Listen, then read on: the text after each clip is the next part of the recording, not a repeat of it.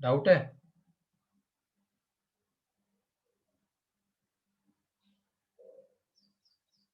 C2,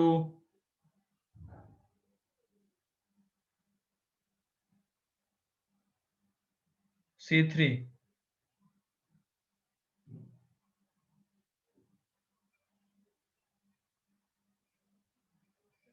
कोई doubt इसमें? Part 1 में, सेक्शन सी में। अच्छा, सेक्शन सी का C1। C1 में क्या हो गया, यहाँ पे हमें सारी चीजें तो गिवन है। N ऑफ U 700 है, फिर उसके बाद N ऑफ A 200 है, N ऑफ B 300 है, फिर उसके बाद N ऑफ C नहीं है, N of A intersection B given है। A इंटरसेक्शन B कितना गिवन है, 100। और हमें A इंटरसेक्शन B का कॉम्प्लीमेंट चाहिए, तो आसानी तो है। तो N of A complement intersection B complement चाहिए था। डी मॉर्गन्स लॉ से इसको क्या लिख सकते हैं, बताओ? डी मॉर्गन्स लॉ से A यूनियन B का whole intersection, A union B complement, A union B का होल कॉम्प्लीमेंट। एंड इसको हम ये लिख सकते हैं ना, N of universal minus N of A union B। बस कहानी खत्म हो गई। ये 700 और इसका फॉर्मूला तो हमें पता है, N of A plus N of B minus N of A intersection B, that is 200 plus 300 minus 100, तो आंसर आ जाएगा। ठीक है,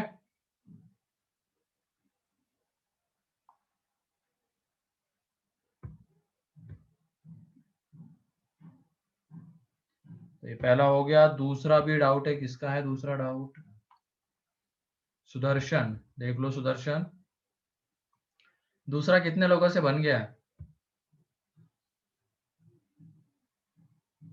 सेकंड, कल्याणी, भूमिका, रोशन,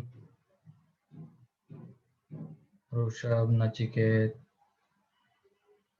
आदिति,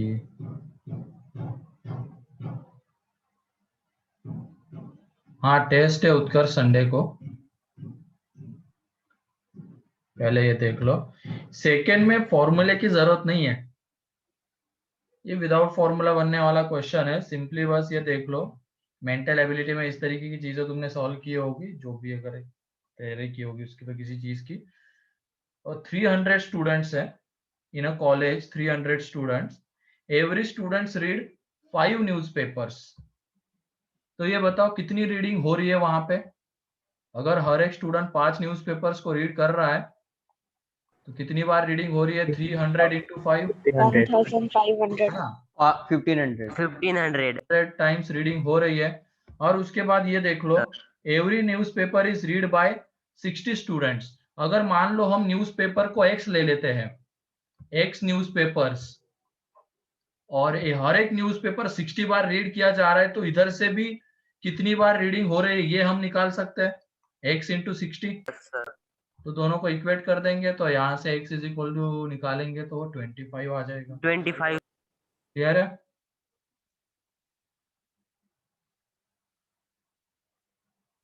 चलो, फिर उसके बाद सेक्शन सी, सेक्शन सी का C3। ठीक है, सेक्शन सी का C3 भी डाउट है, किसका है? भूमिका। ये देख लो भूमिका, यहाँ पे सारी चीजें परसेंटेज में दी हुई है। In a town of 10,000 families, it was found that 40% families buy newspaper A। तो 10,000 का 40% कितना होता है? 4,000। तो 4,000 फैमिलीज न्यूज़पेपर ए को बाय करती है। फिर उसके बाद 20 फैमिलीज बाय न्यूज़पेपर बी, तो 2,000। 10 families buy newspaper C, that is 1,000। 5% families buy A and B, that is A intersection B, आ जाएगा 500। Yes. बी इंटरसेक्शन सी आ जाएगा 300 क्योंकि 300 3% families, and A intersection C आ जाएगा 400, 400 and families who buy 2% families buy all newspaper, तो A intersection B is intersection C 200 ये आ जाएगा. Then find the number of families which buy newspaper A only, तो newspaper A only तो पहले उसकी Venn diagram, ये A, ये B, ये C, तो ओनली A की Venn diagram यही आएगी ना, यस है कि नहीं? ओनली A की Venn diagram यही आएगी. तो इस रीजन में देख लो कितने एलिमेंट्स है, थोड़ी बड़ी बनाते हैं.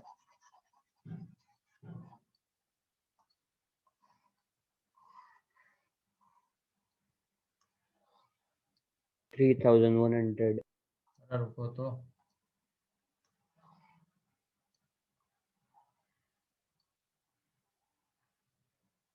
इस रीजन में बताओ कितने लोग हैं इस रीजन में? 200. 200. तो ये बताओ Yes, इस रीजन sir. में कितने आ जाएंगे? ओनली ए एंड बी में कितने आ जाएंगे? ये ए एंड बी मतलब ये पूरा 300. इसमें आ जाए आ रहे कितने? 500. अब ये तो 500. 200 हो Yes, गया, तो sir. यहाँ पे कितना बचेगा? 300, है कि नहीं? 300 यहाँ पे Yes. कितना बचेगा? ए इंटरसेक्शन सी में 400 है इस पूरे में, 200 200 200, एंड पूरे ए में कितने हैं? 4000. 4000 4000 है, तो 4000 में से हमें ये माइनस करना पड़ेगा ना, क्योंकि हमें तो ओनली ए चाहिए था, ओनली ए Yes, sir. चाहिए था. तो 4000 में से हमें क्या करना पड़ेगा? माइनस 200, 200 एंड 300, तो 700 माइनस करना पड़ेगा, तो 3300. ऐसे भी डायरेक्टली कर सकते हो, ठीक है? सर हम फार्मूले से भी कर सकते फॉर्मूले से भी जा सकते हैं, आंसर यही आना चाहिए बस, ठीक है? यस सर अगर डायरेक्ट भी लिखा तो कोई प्रॉब्लम नहीं है ना एग्जाम में? एग्जाम में कौन स्टेप देख रहा है, बोर्ड थोड़ी है, आंसर चाहिए, ठीक है? Okay sir. सर मतलब स्टेप्स किए तो भी कुछ मार्क्स नहीं मिलेंगे क्या? नहीं, तो रफ वर्क कौन देखने वाला है तुम्हारा? वहां पे तो हाँ. Means option. ऑप्शन है, टिक करना है, सही है तो मार्क्स है, गलत है तो निगेटिव, ठीक है? अब चाहे ओके तुम सर. उसको 2 पेज में सॉल्व करो, 4 में करो, या 1 लाइन में करो, तुम्हारे ऊपर है. तो हमें 1-2 लाइन में कैसे किया जाता है कम से कम इसमें वो सीखना है, ठीक है? जबरदस्ती के पेजेस नहीं भरने हैं वहां पे. Yes sir yes sir. चलो ठीक है, फिर उसके बाद और कौन सा डाउट था? एक C4 का सेकेंड, ठीक है.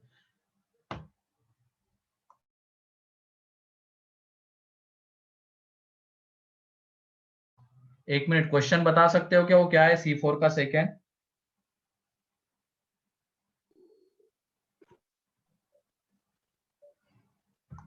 The number of persons who like the products A and B but not C. हाँ, मतलब ये वाली वेन डायग्राम में who like product A and B but not C, मतलब ये वाला रीजन चाहिए.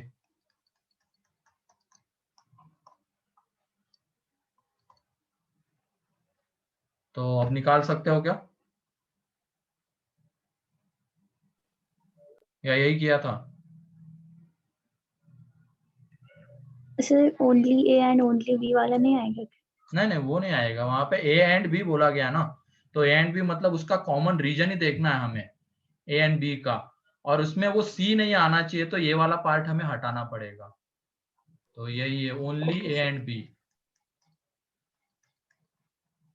बीच में एंड है ना, सर एंड इसमें का मतलब only A and only B नहीं आएगा? नहीं, वो नहीं आएगा. वहां पे क्या लिखा हुआ है जरा ध्यान से देखो क्वेश्चन में, ठीक है? सर आप कौन सा क्वेश्चन बोल रहे हैं? C4 का सेकेंड,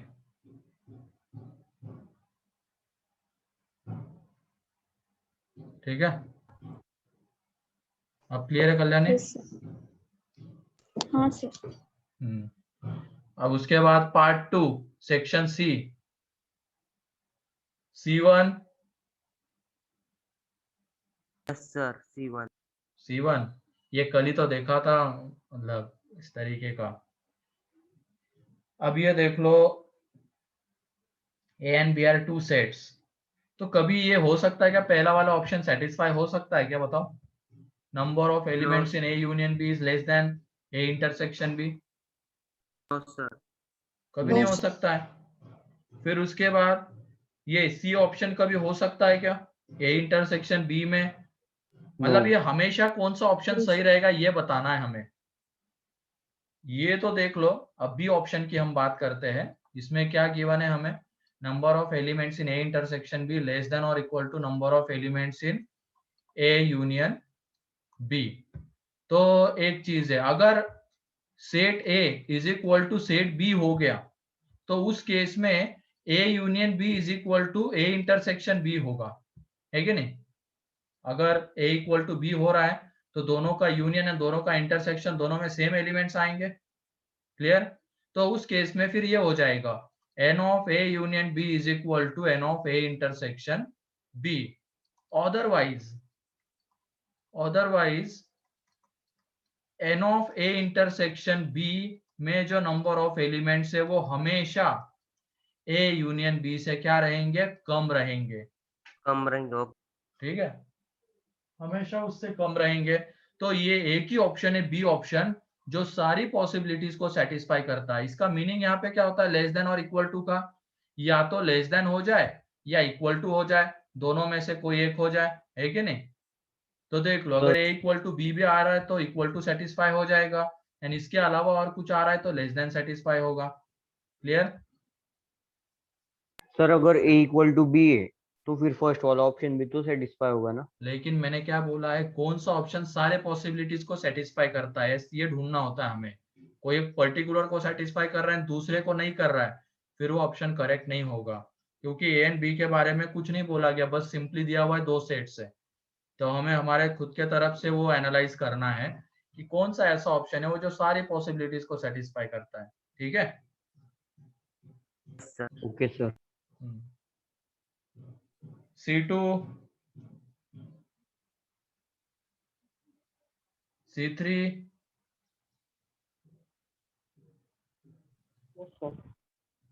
कौन सा?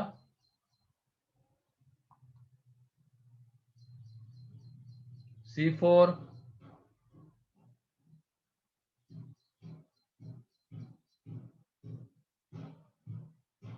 कोई डाउट अभी सेक्शन सी में किसी का रह गया है? हाँ बोलो शेखर। सर कोई हाँ ठीक है, और किसी का कोई डाउट?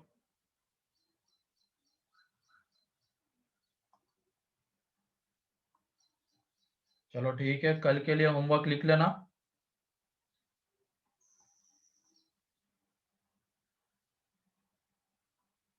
तुम इसमें सॉल्व करके आओ। एक्सरसाइज 1 पार्ट 3, एक्सरसाइज 1 पार्ट 3 में फर्स्ट मैच द कॉलम, पहला मैच द कॉलम, ठीक है?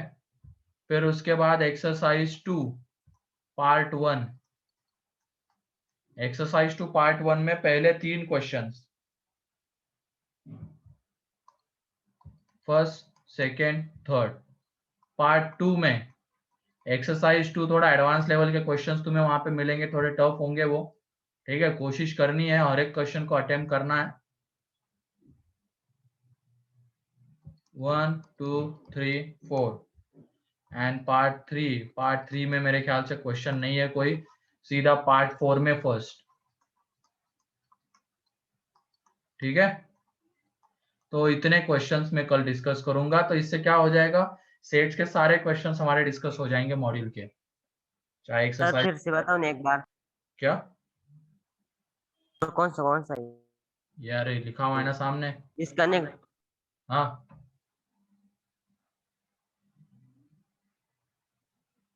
ये दिख नहीं रहा है क्या सामने लिखा हुआ? Okay sir. सर मैं थोड़ा से हो गया था डिस्कनेक्ट। हाँ तो ये तुम्हारा होमवर्क है, तो हमारा सेट्स फिर विद डिस्कशन खत्म हो जाएगा। ऐसे थ्योरी पार्ट वगैरह सब खत्म हो चुका है, आज हम दूसरा टॉपिक देखने वाले हैं। तो ये सॉल्व करके रखना, ठीक है। डीपीपी मेरे ख्याल से सभी को मिली होगी, डीपीपी का मॉड्यूल। Yes, sir. हाँ, Yes, yes, sir. जिनको भी नहीं मिला है जितनी जल्दी हो सके कलेक्ट कर लो, और तब तक अगर Okay, मान sir. लो रेजो सर को तुम फॉलो कर सकते हो।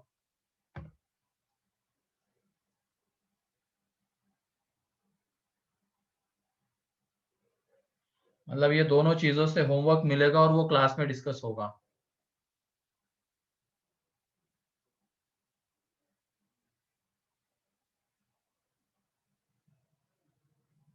सर हमें अभी डीपीपी भी सॉल्व करनी है क्या? नहीं अभी नहीं करनी, मैं जब बताऊंगा तब, ठीक है। ओके कल के लिए ये करना है। चलो फिर अभी आगे बढ़ते हैं, टॉपिक के ऊपर आ जाते हैं फिर से। सर हाँ रेजो सर पे है ना डीपीपी? हाँ है ना।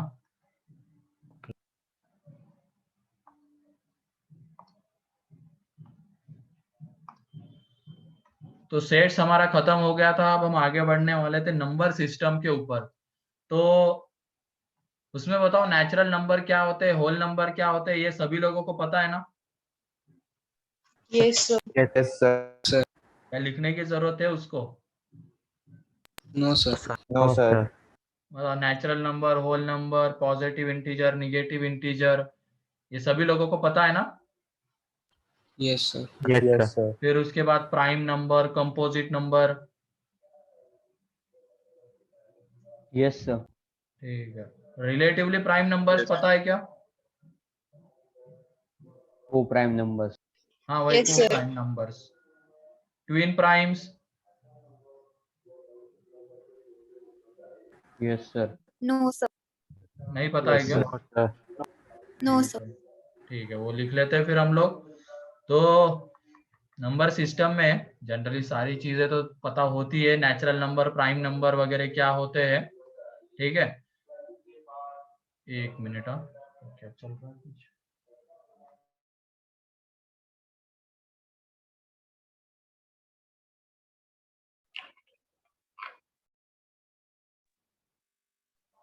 ठीक है, हाँ कुछ कहना है क्या भूमिका?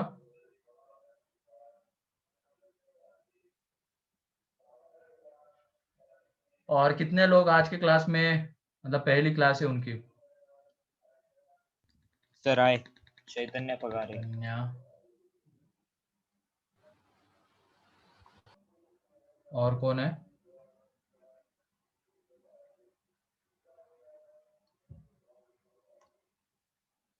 अच्छा कल पहली क्लास थी तो कोई नहीं अभिषेक, तो आज का तो कोई नहीं, पूरा टोटली नया है, सेट्स का कोई रोल नहीं है इसमें, ठीक है।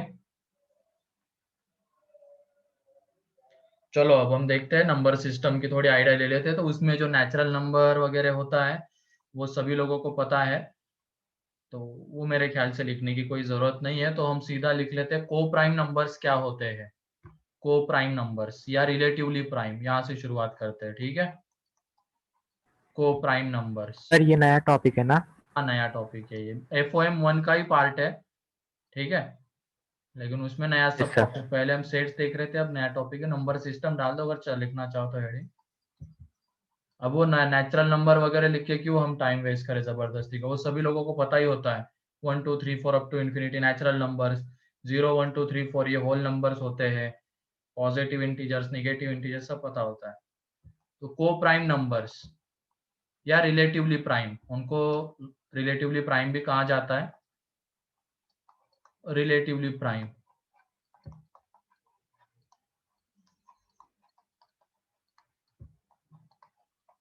रिलेटिवली प्राइम नंबर्स, तो लिखो इसमें two numbers are said to be, two natural numbers, two natural numbers are said to be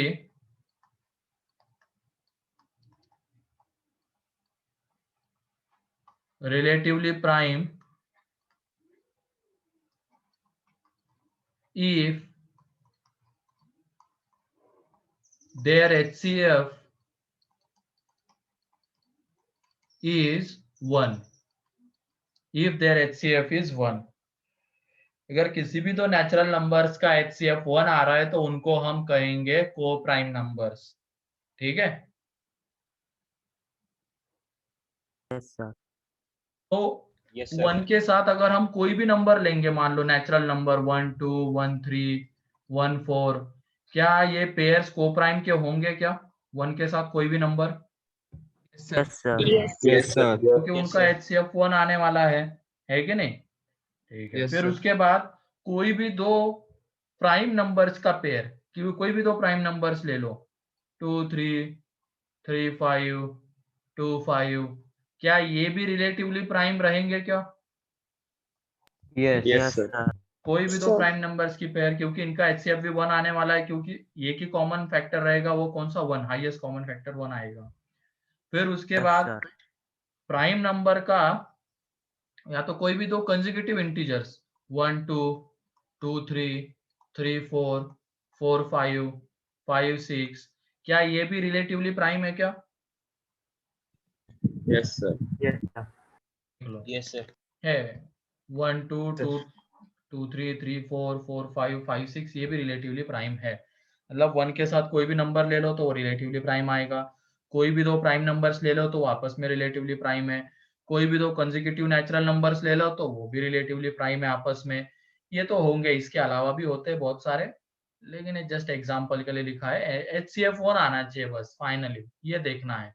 HCF 1 आ रहा है तो वो दोनों नंबर्स आपस में को प्राइम, ठीक है। Yes, sir. Yes sir. Twin primes लिखना था मेनली तो हमें, ये तो को प्राइम्स था। HCF तो मेरे ख्याल से सभी को निकालना आता ही है, तो HCF निकाल के देख लेना। अगर HCF 1 आ रहा है तो को प्राइम, उसके बाद है twin primes.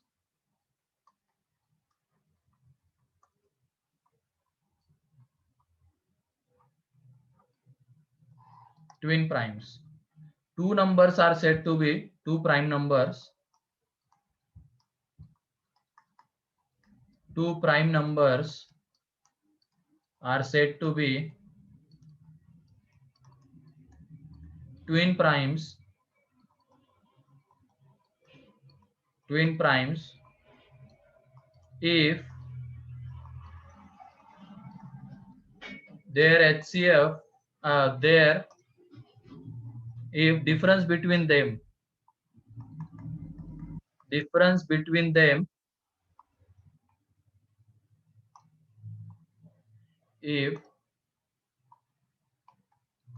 between them is 2। दो ऐसे प्राइम नंबर जिनके बीच का डिफरेंस 2 है उनको कहते हैं ट्विन प्राइम्स। तो इसमें देख लो पेयर्स कौन से आएंगे, 2 या 3 5 ट्विन प्राइम है। Yes, sir. फिर उसके बाद और Yes, बताओ sir. तुम कौन सा आएगा? 5 7. 5 7 7 9. 5 7, अबे 7 11 9, 13। 7 9 कौन 11 बोल रहा 9 है? 11. 9 11 कौन बोल रहा है? Sir, 1 3. अबे 1 प्राइम है क्या? Sorry. ध्यान से देखो ना, यहाँ पे 2 prime numbers are said to be twin 11 primes. 13. 11 sir 13, 11 13। हाँ तो ये वो 13 7 9 9 11 जो बोल रहा था 17 वो, 19 हाँ 17 19, इस तरीके से आते चले जाएंगे। 29 29 31, हाँ सही है। तो ऐसे दो प्राइम नंबर जिनके बीच का डिफरेंस 2 होता है उनको ट्विन प्राइम्स कहते हैं। क्लियर है अब ट्विन प्राइम्स क्या होते हैं? Yes sir. Yes, sir. चलो ठीक है।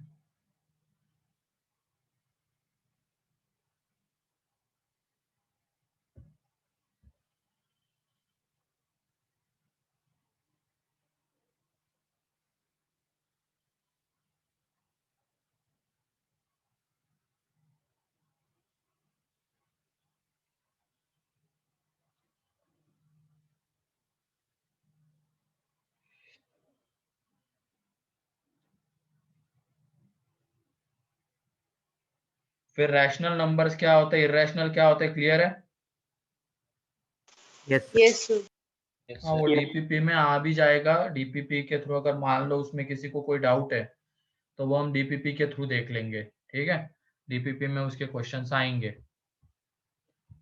कंपोजिट नंबर ऐसे होते हैं कृष्णा जिनके 2 से ज्यादा फैक्टर्स होते हैं।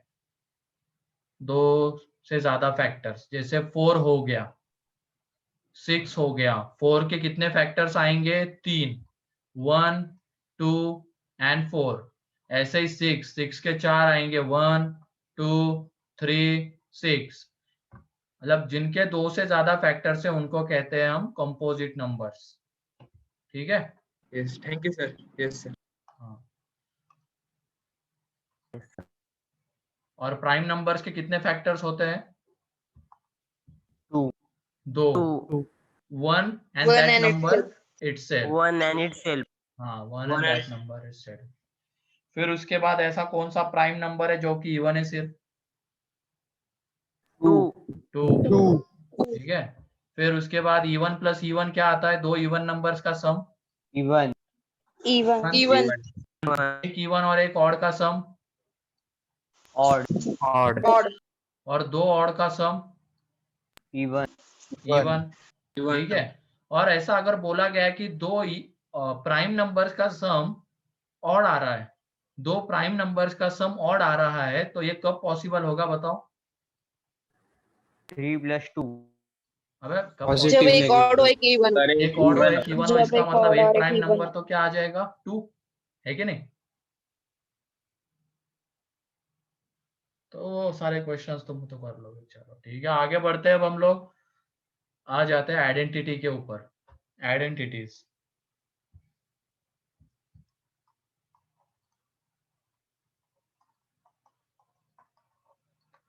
कुछ बेसिक आइडेंटिटीज तो सभी को पता होगी, लेकिन कुछ 4-5 नई आइडेंटिटीज भी हम देखने वाले हैं। आइडेंटिटीज, तो सबसे पहली आइडेंटिटी है a प्लस बी का whole square is equal to a square plus B square plus 2ab। इसको आइडेंटिटी वैसे क्यों कहते हैं बताओ?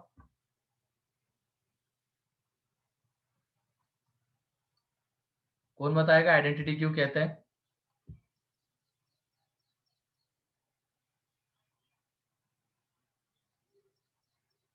ये देख लो, आइडेंटिटी की बेसिक डेफिनेशन क्या होती है। यहाँ पे जैसे दो वेरिएबल्स है एन बी, इसकी तुम कोई भी वैल्यू यहाँ पे पुट करो, कोई भी real value, LHS is equal to RHS आने वाला है हमेशा। कोई भी तुम ए और बी की रियल वैल्यू पुट करोगे या वैल्यू पुट करोगे तो LHS is equal to RHS आने वाला है। उसकी वजह से इसको क्या कहा जाता है? आइडेंटिटी। क्लियर है? Identity. Yes, sir. ऐसे trigonometric identities, sine square theta plus cos square theta is equal to 1, वहां पे थीटा की तुम कोई भी वैल्यू पुट करो वो हमेशा 1 आने वाला है, तो इसकी वजह से उसको ट्रिग्नोमेट्रिक आइडेंटिटी कहा जाता है। ठीक है? Yes, sir. तो आइडेंटिटी Yes, का sir. बेसिक फंडा क्या है वो क्लियर है? वहां पे जितने भी वो Yes, वेरिएबल sir.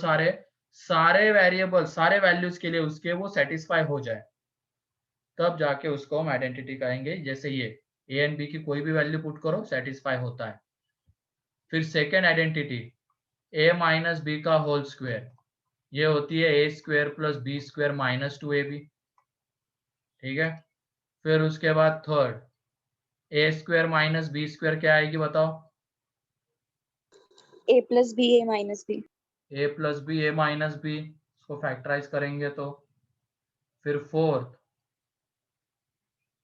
ये बताओ तुम लोग, A plus B plus C का होल स्क्वायर क्या आएगा? a square plus b square plus c square plus 2ab plus 2bc plus 2ca. सभी लोगों को पता है ना ये? Yes, sir. Yes. Yes. अब मान लो अगर अगले वाले को, कभी कभी ये भी यूज होती है, ये जो अगले टर्म है ना उसको मैं एबीसी से मल्टीप्लाई डिवाइड करता हूँ, तो देख लो मल्टीप्लाई कर दिया एबीसी, एंड अंदर वाले को जब तुम एबीसी से डिवाइड करोगे तो A B upon ABC, A B cancel out हो जाके क्या बचेगा? 1/c। यहाँ पे 1/n, यहाँ पे 1/b, मीन्स क्या आने वाला है अंदर में? 1/a plus 1/b plus 1/c। ठीक है?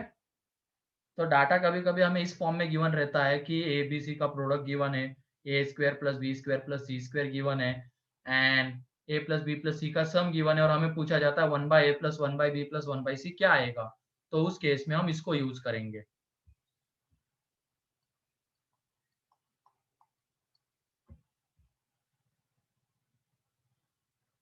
अब इसी को जनरलाइज करते हुए ये दो रिजल्ट्स देख लो, पहला वाला एंड चौथा वाला।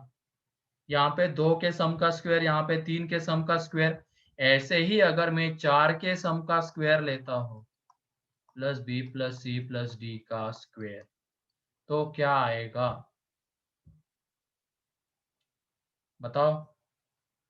इसको देखो, इन दोनों को, इसको और इसको देखो, और ए फिर इसका स्क्वायर बताओ। Plus B square plus C square A plus D square plus 2ab plus 2bc plus 2cd plus 2da। देख लो यहाँ पे पहले वाले को ऑब्जर्व करो, क्या था, a प्लस बी का स्क्वायर है तो a स्क्वायर, a और b दोनों के स्क्वायर का सम आ रहा है, फिर 2 टाइम्स ऑफ दो का प्रोडक्ट आ रहा है, तो यहाँ पे दो के प्रोडक्ट की एक ही पॉसिबिलिटी है ए बी, तो 2 इंटू ए बी। फिर यहाँ पे देख लो a plus B plus C का जब हम स्क्वायर कर रहे हैं तो उसमें a स्क्वायर आ रहा है, b स्क्वायर आ रहा है, c स्क्वायर, इनका सम आएगा, तीनों के स्क्वायर का सम। फिर प्लस 2 टाइम्स ऑफ दो के प्रोडक्ट की कितनी पॉसिबिलिटीज होती है उनका सम, तो प्रोडक्ट की पॉसिबिलिटीज कितनी है दो के, A B B C and A C, यही 3 पॉसिबिलिटीज है, तो उनका सम है। सिमिलरली यहाँ पे भी वैसे ही होगा, A square plus B square plus C square plus D square तो आएगा ही, उसके बाद दो के प्रोडक्ट की कितनी पॉसिबिलिटीज है उनका सम, तो देख लो ए बी एक पॉसिबिलिटी, ए सी ये एक पॉसिबिलिटी, ए डी ये एक पॉसिबिलिटी, ठीक है। फिर उसके बाद बी सी और बी डी एंड लास्ट में है सी डी। क्या ये क्लियर है बताओ। Yes, sir. ऐसे ही 5 वाला भी कर सकते हो। अब अगर बोला जाएगा a plus B plus C plus D plus E का स्क्वायर, पूरे का स्क्वायर, तो वो भी हम लिख सकते हैं, पहले उन सब के स्क्वायर का सम आएगा, फिर प्लस 2 टाइम्स ऑफ दो के प्रोडक्ट का सम आएगा, है कि नहीं, जितनी भी पॉसिबिलिटीज होती है दो के प्रोडक्ट की उन सब का सम।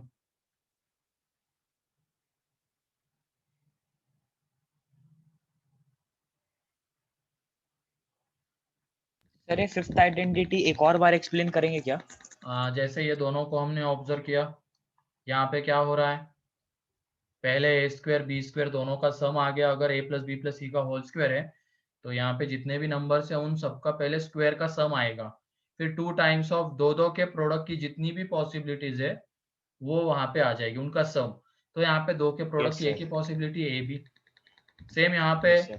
ए प्लस बी प्लस सी का होल स्क्वायर है, तो पहले तो इन सबके स्क्वायर का सम आएगा, तो A square plus B square plus C square plus 2 times of दो के प्रोडक्ट के जितनी भी पॉसिबिलिटीज है उनका सम, तो देख लो A B A C then B C, तो वही आ रहा है यहाँ पे उनका सम। यहाँ पे भी वही Yes, sir. होगा, Yes, sir. A square plus B square plus C square plus D square, ये देखो आ गया। फिर दो के Yes, प्रोडक्ट, sir. तो A B A C A D, फिर उसके बाद B C B D then C D, ये 6 आएंगे उनका सम, ठीक है। Yes, sir. Thank you, sir. फिर उसके बाद 6th वाला, हाँ ऐसे ही 5 का भी कर सकते हो, 6 का भी कर सकते हो, ठीक है सनिका। Yes, sir. हाँ।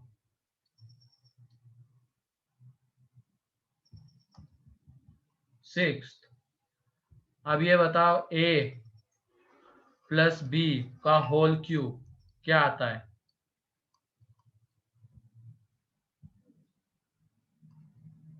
ए cube plus B cube plus 3ab into ए प्लस बी आएगा Yes, sir. Yes, sir. ना। अगर इसी को लिखना चाहेंगे इस 3ab को अंदर मल्टीप्लाई करके तो हमें ये मिलता है ए क्यूब प्लस, इसको जब अंदर मल्टीप्लाई करेंगे तो 3ab इंटू ए तो 3a square B, 3ab into B तो 3ab स्क्वायर एंड बाद में बी क्यूब, ये भी आ जा सकता है, ठीक है। बस क्या करना है, इस 3b को अंदर मल्टीप्लाई करना है, तो ये है a प्लस बी का होल क्यूब। ऐसे ही 7th बताओ a माइनस बी का होल क्यूब क्या होगा, a माइनस बी का होल क्यूब कौन बताएगा। a cube plus A b cube cube plus b cube minus 3ab 3ab 3ab A in bracket a minus b. हाँ सही है, in a bracket a cube minus minus B cube minus 3ab in bracket a minus B, ये हो जाएगा। और जब हम इसको अंदर मल्टीप्लाई करेंगे, इसको जब हम अंदर मल्टीप्लाई करेंगे तो देख लो A cube minus 3a² b plus 3ab² minus B cube, ये आ जाएगा। तो ये तो मेरे ख्याल से सभी लोगों को पता होगी, ये 7 आइडेंटिटीज तो है कि नहीं। Yes, sir. Yes sir.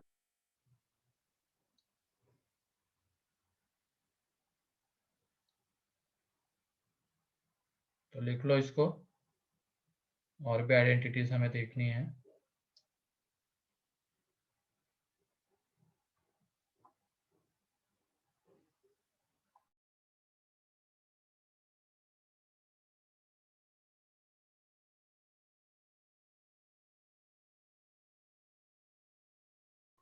Sir done. किसी का बाकी है क्या? No sir. ठीक है, तो आगे बढ़ते हैं। ये भी एक चीज तुम्हें पता होगी, 8th वाली आइडेंटिटी, ए क्यूब प्लस बी क्यूब कितना होता है कि नहीं। वो इसी से हम लिख सकते हैं, देखो ए प्लस बी का whole cube is equal to ये जो आ रहा है, तो यहाँ से a cube plus B cube हमें चाहिए था, तो हम क्या करेंगे, इस 3ab इंटू ए प्लस बी को लेफ्ट हैंड साइड में भेज देंगे, है क्या नहीं। 3ab इंटू ए प्लस बी को लेफ्ट हैंड साइड में भेज देंगे तो देखो क्या मिलेगा, ए प्लस बी का whole cube minus 3ab into ए प्लस बी। क्लियर है। यानी यहां से देख लो अब क्या Yes. कॉमन आ जाएगा, कॉमन क्या आ जाएगा यहां से, इस पूरे में से क्या कॉमन आएगा बताओ। A plus A plus A plus B common आ जाएगा, और अंदर में देख लो क्या बचेगा, ए प्लस बी का होल स्क्वायर माइनस 3ab। तो ए प्लस बी को हम एक्सपांड करते हैं एंड उसमें माइनस 3ab करते हैं, तो बचता क्या, A square plus B square minus A B.